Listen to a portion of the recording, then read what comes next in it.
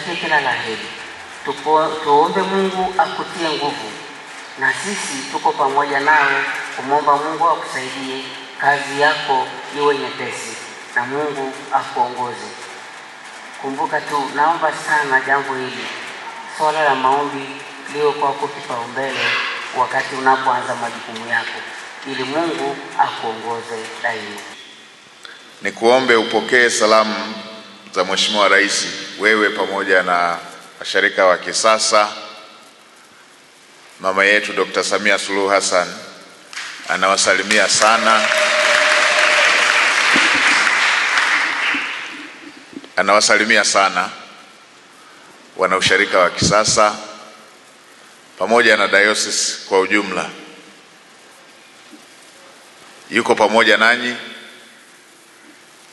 na rai yake ni kwa Watanzania wote kuiombea nchi yetu kuwa wamoja na kuomba amani katika taifa letu. Mheshimiwa Baba Askofu, ni dhahiri kwamba pasipo amani hatuwezi kutekeleza majukumu mengine yeyote yale. Pasipo amani hatuwezi hata kuendesha ibada.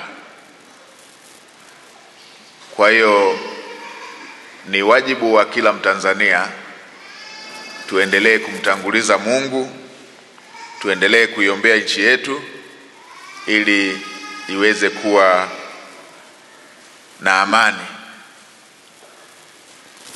Pakiwa na amani, tunaweza kutekeleza yale yaliyo matarajio yetu. Tunaweza hata kutatua yale tunayoyaona kuwa ni magumu, huku tukimtanguliza Mungu.